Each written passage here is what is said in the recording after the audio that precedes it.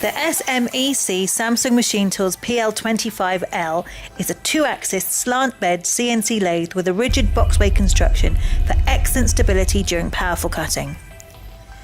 It has a FANUC OITF control with 10.4-inch screen.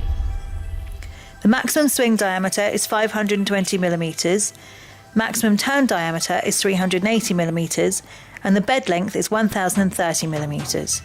The spindle speed is 3,500 RPM. The FANUC drive system has an output of 18.5 to 22 kilowatt AC, and the spindle nose is ASA A28. It has a 254mm chuck with a bar capacity of 76mm. Rapids in the x-axis at 18 meters a minute and 24 meters a minute in the z-axis. The machine is fitted with a servo bi-directional turret with 10 stations on the standard model, but we can offer a 12-station option.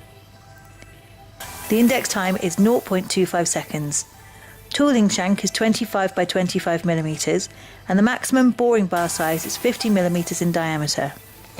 The tailstock is heavily constructed and has a 5 Morse taper quill, 990mm tailstock body travel, 100mm programmable quill travel, and 110mm quill diameter.